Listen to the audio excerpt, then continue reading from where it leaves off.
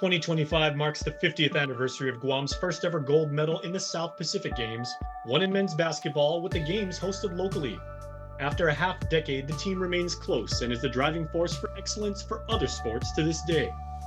Let's now pay tribute to our Golden Boys on their golden anniversary and look back at that magical summer of '75. The 1975 Team Guam men's basketball team, the very first team to win gold in the South Pacific Games, set the template, made history, and really set the pace for young athletes like myself growing up on Guam. We have here 4 members of that historic team, and their character and their sense of humor and just their amazing athletic achievements continue today. We have Kin Farron, Benny Lazama, Joe Taitano, and Greg Tekenko. Gentlemen, thank you so much for joining me. For me, this is a real honor. Thank you. Well, thank you. Thank you very much. Yeah, we Appreciate it. Okay, Joe, let's start with you. What is the camaraderie between all the members of the team? I mean, we've got 4 of you in the gym right now, the very same gym where you won the gold medal match, but how have you guys stayed close? I mean, believe it or not, even after 50 years, I mean, just being around these guys and just try to talk about it, it's emotional with me. After all these years, but that's how close we were back then. I mean, we ate the same food. We stayed in that little room up there, okay, and we just enjoyed one another's company, and the only thing in mind was just to work hard and play good basketball for Guam. That's basically it. I think that was the thing that kept us together. So it was definitely a brotherhood, if you will, because Webb Smith, I think, is partly to be credited for that because he was the one that got us together. Absolutely. Yes. Okay, now Benny, if I may, then I've talked to several members of the team and several people related to the team, and they all say you were one of the emotional leaders. And emotion is kind of the key word because right now we're in this wonderful gym. It's got the GW colors. There's wonderful air conditioning. There's lighting and everything. That was not the case back in 1975. No. This was a completely different facility. Describe the conditions that you guys played under. Well, yeah, there was no AC here. There was no AC at all. We live in a room up there with cots. That room didn't have an AC either. But we were all together, real tight-knit family, like Joe said. We were not just players in a team. We became more band of brothers, really. And it was really crowded in this place in '75. The final game, people were hanging out outside the windows. They were lining up. We didn't even have room to play. They were right up on the line on the baseline on the sideline and all the way back. But it was an amazing time for us. Yeah, we wrapped that gold medal around our neck, but our mission was for Guam. Mm-hmm. Well, one of those gold medals is around the neck of Greg Tekenko right now. So, Greg, what was it like to actually put Coach Webb on your shoulders and carry him and have that victory celebration when every member of our team, you said, we did what we set out to do and we did it in front of our family, in front of our friends, and right here on Guam soil? Yes, our coach is very good. He trained us. Good. Take the mic, please. The coach is very good, Coach Webb Smith. He trained us, and we run all what he wants. The less dribbling, the better. And man, outside shooter, and I play with these guys. We got a good teamwork. Mm-hmm. We run. And I just saw you guys when you walked in the gym here. You guys are still making jokes, yes. Embracing each other and everything. So what has been the relationship with you and the other members of this team as you run into them over the years, or just like kept in touch? Yes, we're like Tony Sustrico, those guys, Jam Kawu, and Jesse Benaventi. But we miss Ray Flores, passed away, and Joe Connolly, and Jeff Denied, and Manny Villavicencio, and Luke Cohen, and all we have here is like 7 of us here in Guam. So I think Jam is somewhere, probably off island, I believe. But Jesse, I met him once, but I didn't. All right. Now, if I can ask Kin now. Yeah. From what I read, I was 1 year old in 1975. I was a little kid running around You're in making us Pampers feel and old Denville. now. Well, not at all. But what was unique also about that summer was apparently, I mean, that's in the middle of the rainy season for Guam anyway. Apparently, that June was uncommonly rainy. So what were the conditions that you had to work out in, practice, come to the games? Yeah, like I said, right, no air conditioning, and I mean, from the time we came out of that room, we were running all the time. Webb kept us busy, right? And I give Webb credit for keeping the team together. The idea of having us all housed in that little room up there brought us together a lot quicker than it would have if, because like what, we practiced for a month and a half before the game. It wasn't, yeah, but having to live together and eat together, it's almost like being in college, right? You're sharing the dorms and all this stuff, and when we wake up, the first thing we think is basketball. The last thing we think about is basketball. So I give credit to Webb for a lot of that. And then like I said, we're a band of brothers, right? We have our own WhatsApp where we keep in touch with each other, and we tell stories and stuff like that, or we follow Terry Stotts, whatever. But mainly the guys have just come together really well, and we gelled really well because like Ben said, we're a band of brothers. We had one mission, and that was gold medal. There's nothing else we were playing for.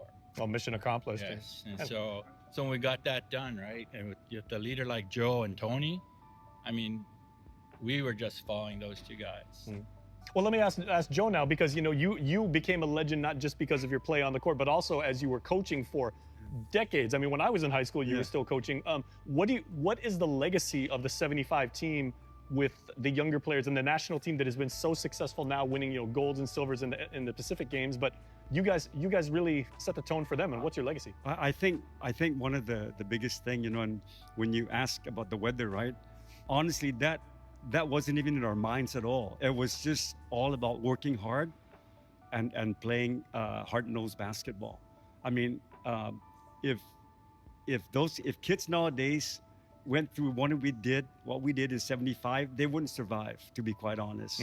I mean, what Whip Smith did to us, it was just, I mean, I look back every now and then, and man, had us wearing weights on our ankles, pressing against the second team.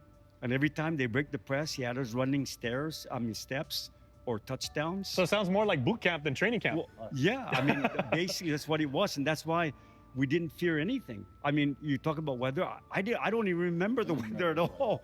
That didn't even came to mind at all, because we were just so focused in terms of what needed to be done on the floor. So work ethic is such a big thing. If there's anything that I learned a lot from that team and from Webb Smith, it's just working hard. And you know what they say, that hard work pays off, and sure enough with Webb Smith, he was a living proof of that, that hard work does pay off. Benny, how does it feel a half century later? You guys, relatively speaking, were kids back then. You guys were young men. Some of you were married at that time. Ken, you were a newlywed at that time. Ken was how does it feel now with like 50 years of history having passed, and to see these guys now and to reflect on what you've done? I feel pretty old. Anyway, I don't know.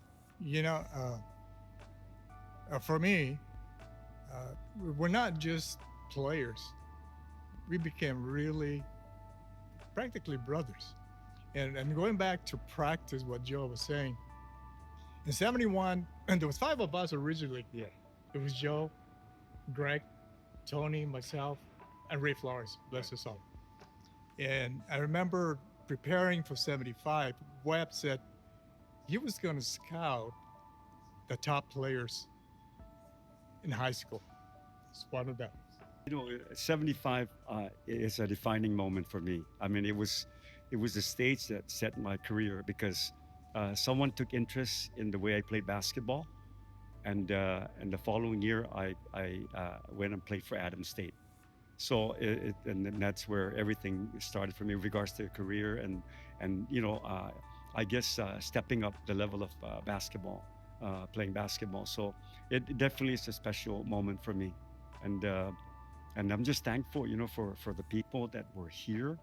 I mean, if you had seen GW back then in terms of where people, I mean, they were hanging hands. I mean, they were up there in the, you know, the louvers.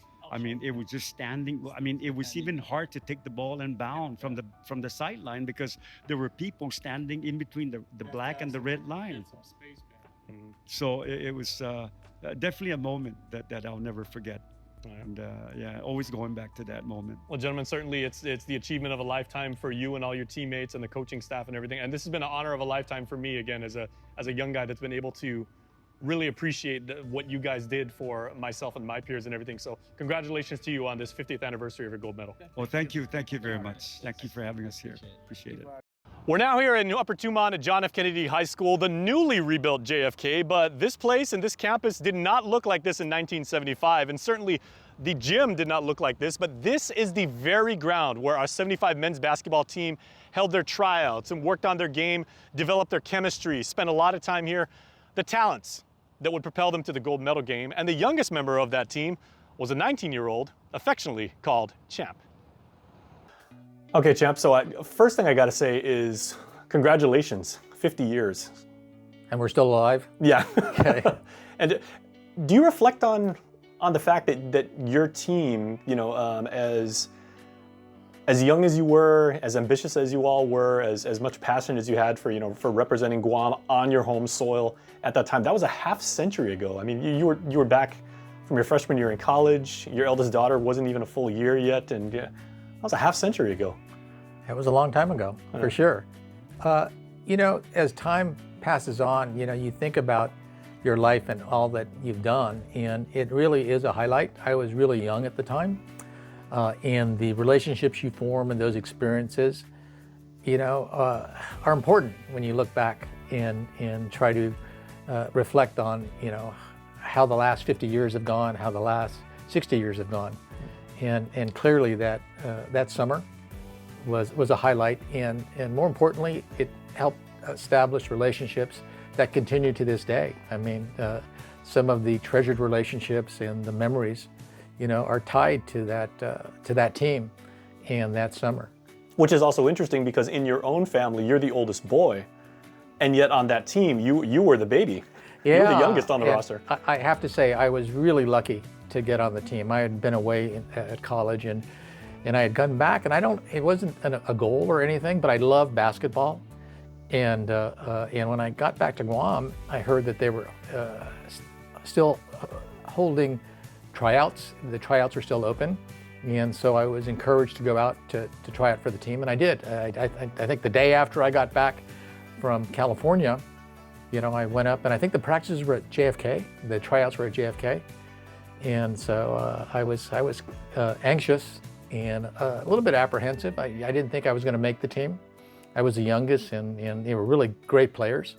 But I was fortunate that Coach Webb had selected me, and it was a great experience. And really glad that it occurred. How well did all of you on the roster, how well did you guys all know each other, either from like village leagues or just like you knew them from high school or? Oh yeah, I've been playing basketball since I was in middle school, early middle school, maybe even elementary school. And Guam was small back then, and the basketball community wasn't as large either. And so I grew up playing with a lot of the younger guys. And at some point, I think I played against some of them in the All-District League, and then later we played varsity league together. Joe Tithano I knew because Joe would run down from Jigo and have pickup games at Tamuning Court or wherever he could catch a game. And he probably literally did run down. He literally did run down, and Joe was always an amazing athlete. Always sort of wondered how he found the energy and the dedication to do what he did. But all these guys, some of them were friends, some of them were contemporaries, but a lot of them were sort of heroes to me, and it was great to get to know them. And we knew them in a really close environment because we all had to live together during the SPG games, and we all bunked up at GW. And there's a loft that overlooks the court, and so that's where we'd all have our futons or our cots, and we'd practice all day and hang out in the gym, and then we'd sleep at night at the in the loft. It was a great experience. Now, once the team was formed, was it the players who elected Tony as captain, or did he just kind of like slide into that role? Because he also had experience in previous SPGs. Yeah. Well, let me just say this: this was clearly Tony's team. Tony was our Michael Jordan. He was our Magic Johnson or our Larry Bird. This team was clearly Tony's team. He was the leader because he was the best player. Everyone looked to Tony, and he was a leader by example. He didn't do a lot of talking, but he led by his dedication and just his talent. And you had experienced players. We looked at Benny Lozama, who was a great player from Sinajana, and he was a leader in his own right with respect to the team. He was a great court general. Then you had Joe. Joe would drive everybody because Joe worked harder than anybody and demanded that you also work hard. So he kept the fitness standard and the intensity standard pretty high. But it was clearly Tony's team. He was the leader of the team, and I think everyone will say that we look to him as the team captain. Right. So take me back to the gold medal game and everything. Like American Samoa was actually heavily favored in the tournament, but you're playing on your own home soil, and you said we're in front of our friends and family, girlfriends, wives, and everything like that. Like what was the attitude of the team, and what was the mindset? Well, the team, some of the players had gone to South Pacific Games before. I had never participated in an international competition or in the South Pacific Games. And I think there was a feeling among the veterans on the team that this team could beat American Samoa. And so American Samoa was loaded. Back then they had players who were Samoan but were living in Hawaii or in the mainland, and they had gathered together, and it was really a sort of a stacked team. And when we saw them at the first game, we played them twice. And the first game, I don't think it was that close. We beat them pretty easily, and it built up our confidence. And then the second game we played, I think we eventually beat them by a pretty good margin. And they were bigger than we are, and they had some really great players. In fact, when I ended up after law school working in Hawaii, I'd run into some of them at the gym, at Clum Gym on the weekends. We'd have pickup ball, and they really remembered that Guam had beaten them, and they'd give me a hard time or they'd tease me about it. But it was really a great experience, and something I'd never experienced before. But we had the finals at the GW gym, and all I remember is that people were on the roof outside the gym looking in from the louvers. It was clearly a fire hazard and very dangerous, but there was such a demand to watch this game, and I think that not only were we sort of proud to represent the island and to be successful, but I think the island was really proud that we had finally beat, really a Goliath, right? They were a lot bigger than we were. They were not only players from Samoa, but Samoans from Hawaii, and it was really a satisfying win that I really will never forget and always sort of treasure.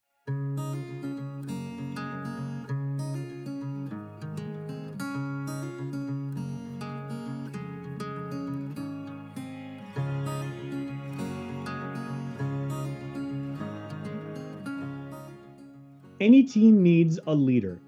And by all accounts from those that shared the court with him, Tony Susuiko was far and away Team Guam's best player and the heart and soul of our history-making run. Seve Susuiko, an accomplished player in his own right, grew up knowing Tony's greatness, but also the character that led to our golden run in 1975. Let's hear now from a grateful son honoring not only a legendary sports figure, but a humble dad. Seb, you actually have more medals than your dad, right? Yeah, well, more silver medals. We have the same amount of gold medals. So he has 2 gold medals, I have 2 gold medals, and I have 3 silver medals. So. And there's an important distinction to make, because your dad actually played in the SPG before the 75 games, and then after. And so, like, everybody always says, like, it was his team, he led, we followed. Yeah, no, so my dad, he always recalls that 75 team, the first gold here on Guam. I mean, nothing means more than winning, at home, in home court. So he always reflects that every time we sit down and talk. He, gives me goosebumps, and that's what kind of motivated me in my basketball career to, kind of meet that pedestal and kind of make it go further, which Guam basketball has gone. I mean, thanks to those guys, that 75 team that, those are like the roots of Guam basketball, and now we're flourishing and where the program is. And Dad actually turned 75 this year, right? Yeah, so it was his birthday yesterday. He turned 75, still strong. That was the 75 team that won.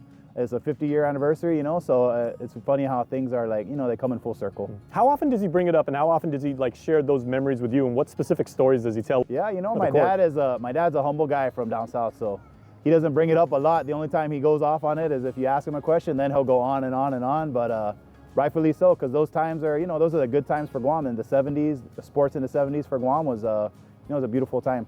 Mm-hmm. What about your own game has been shaped by, I mean, genetics is one thing, and, and talent and an interest in the game, and, he maybe took you to go play and, dragged you along and everything like that. But what about, his game just translated down to yours, and you just get it from him? Yeah, I think, just being surrounded by a great player and then hearing stories from other people tell you about how great your dad was puts a little bit of pressure on you, enough to make you want to play and be great, just like your dad. And I'll put the same pressure on my son, Theo, so. Now, if you're given a nickname by your peers, that's the best. Yeah. How did your dad get the nickname Helicopter? They gave him the nickname the Helicopter because he would jump up and he would just hang. People would be landing and he'll still be in the air, So he had the vertical leap and he also had hang time. So he could jump high and jump far. So people just remember him, just for his jumping ability, his shooting ability. He's an awesome athlete. And, at that time, dunking basketballs on Guam, there wasn't very many people doing it. And to have, a guy from down south doing it, and, it doesn't get any better. Now, what does this court mean to him? Because, especially like Southern basketball got such a rich tradition on Guam, but, playing here, and back then, we didn't have the advanced facilities we have right now. Most courts didn't even have aircon or even a cover and everything. So what about this, to you as his son, is hallowed ground? I think this place down here in Agate, this is where all the hard work happens. This is the roots. If you're willing to come out here in the rain and play and train, you love the game, and the more you love the game, the better you're going to be at it. Mm-hmm. And your dad always tells like a famous story about the fact that you were almost like pressured into becoming a very, very accurate shooter, because if your ball went a little bit beyond here and everything like that, there's a river like right behind you. Just behind me. So he used to say, if you're shooting on this side and you miss and the ball bounces into the river there, that ball's going far. So there's pressure on making those baskets. How much does the gold medal and how much his place in history and, like the fact that his teammates are still so close and everything, to this day, Sev, how much does that mean to him? Those are his brothers. Just like I have my brothers for my team, those guys they're his brothers, For us as athletes, you always say we have a love of competition and we play to win, but they went out and they were the first ones and they proved that we could do it too. Yeah, they did it. They were local boys. All guys from Guam, local boys that just were playing guys that were playing college and playing pro overseas, and then they meet up with these guys, and they held their ground and they beat them, and they got that gold, and it's gonna live on forever. Mm-hmm. What do other people, not just from the South, but all over Guam, tell you about what their dad meant to them? Or it's like, hey, I didn't play, but I cheered on your dad, and like I saw your dad around, and he was a hero to us. I mean, he was like the pride of Agate at that time. So, yeah.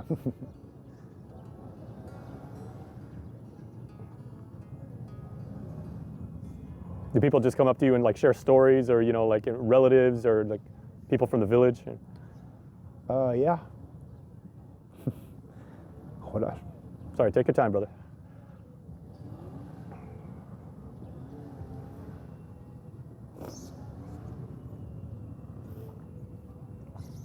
Like when they approach you and they come up to you and they say, I know your dad, what did they say?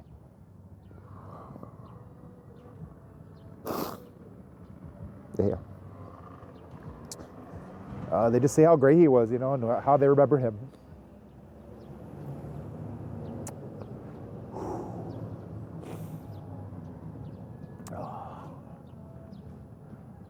They just say, he inspired a lot of people, just to be better people, not just better players.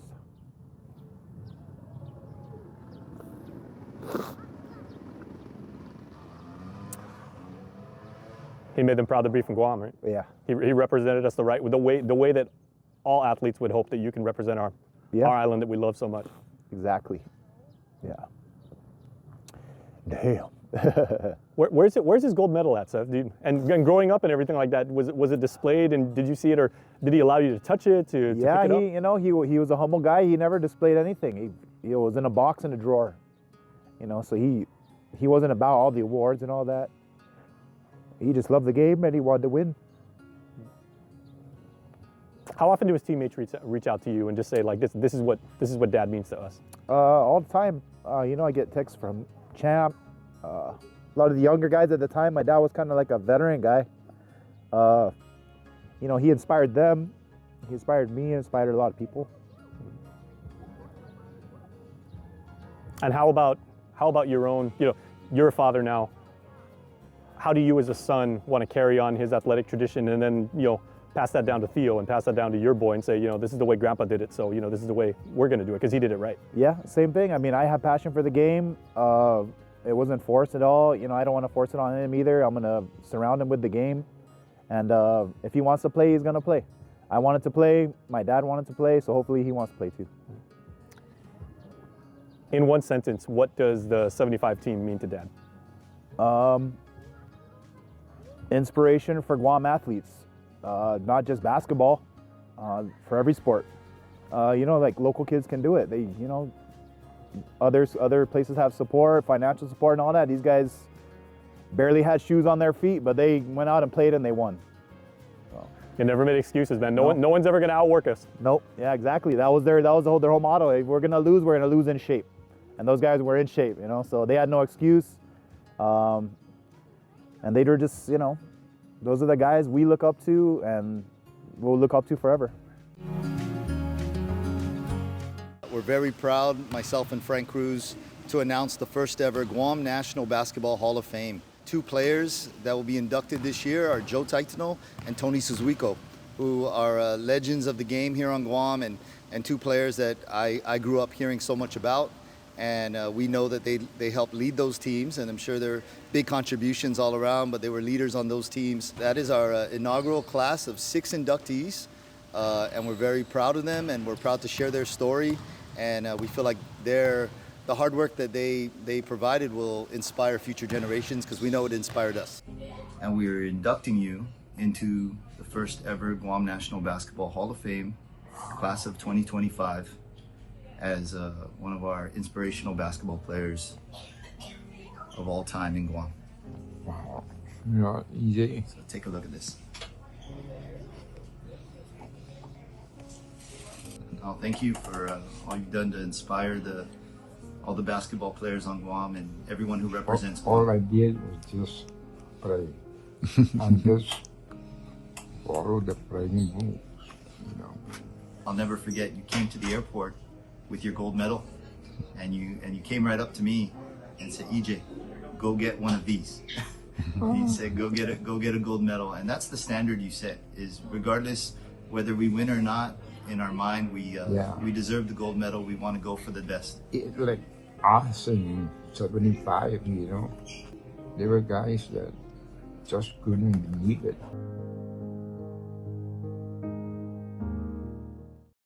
So we're going to end telling the story of the 1975 Guam men's basketball team, fittingly here where everything started, at GW's gym, where a dream was realized, a vision was completed, and a legacy was formed. We hope you enjoyed this look back, and we hope you appreciate everything that the 75 team did for our sports community.